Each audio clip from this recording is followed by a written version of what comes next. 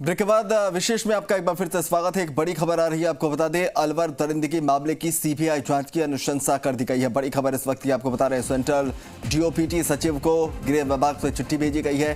गृह विभाग से ईमेल किया गया है और चिट्ठी भी रवाना की जा रही है। बड़ी खबर इस वक्त की आपको बता रहे हैं, FIR संख्या 39/2022 की सीबीआई जांच का ये आग्रह गृह विभाग की ओर से नोटिफिकेशन भी जारी हो गया है। सीबीआई जांच के लिए जरूरी 7 बिंदुओं की सूचना भी भेजी जा रही है। विष्णु हमारे सहयोगी ज्यादा जानकारी देंगे। विष्णु, पहले स्पष्ट हो गया था कि अनुशंसा भेजी जाएगी, अब आज अनुशंसा भेज दी गई, लेकिन जिन 7 पॉइंट्स का जिक्र है, क्या कुछ उसमें शामिल किया गया है और क्या माना जाए कि अब इस अनुशंसा के बाद कब तक इस पर मुहर लग जाएगी?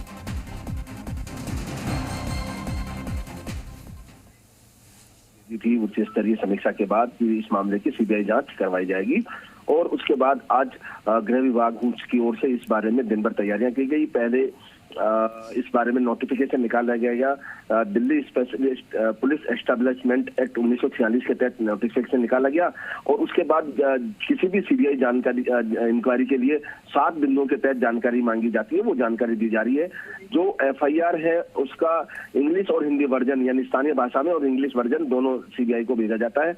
इसके अलावा जो ब्रीफ, अभी तक के जो ब्रीफ है, फैक्ट्स हैं, उनकी ब्रीफ जानकारी दी जाती है कि क्या उस मामले में अब तक हुआ, कैसे हुआ, किस कारणों से हुआ, क्या हुआ, ये तमाम जानकारी उसमें दी जाती है।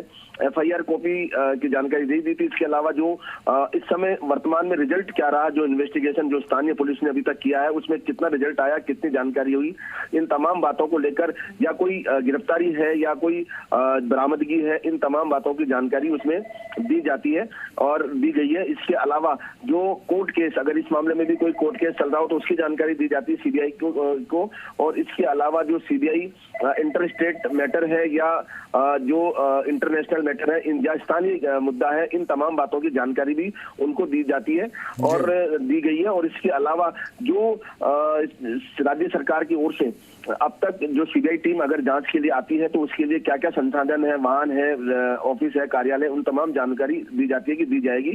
तो उसमें सरकार की ओर से कहा गया कि हाँ बिल्कुल आवश्यक रूप से सारे संसाधन उपलब्ध करा दिए जाएंगे। इसके अलावा जो तमाम तथ्य हैं सीबीआई जांच के लिए वो भेज दिए गए। सेंट्रल डीओपीटी की जांच के बाद अब मामला जाएगा सीबीआई के पास और सीबीआई तय करेगी कि इस मामले को जांच के लिए लिया जाए या नहीं लिया जाए। अगर जांच के लिए लेती है तो सेंट्रल डीओपीटी के थ्रू वापस राज्य सरकार के पास जवाब आएगा कि इस संबंध में इस मामले को सीबीआई जांच के लिए ले लिया गया है। और अगर सीबीआई इनकार करती है तो वो जवाब आएगा कि सीबीआई इस मामले में जांच नहीं करेगी। जी चलिए, शुक्रिया विष्णु तमाम जानकारी के लिए।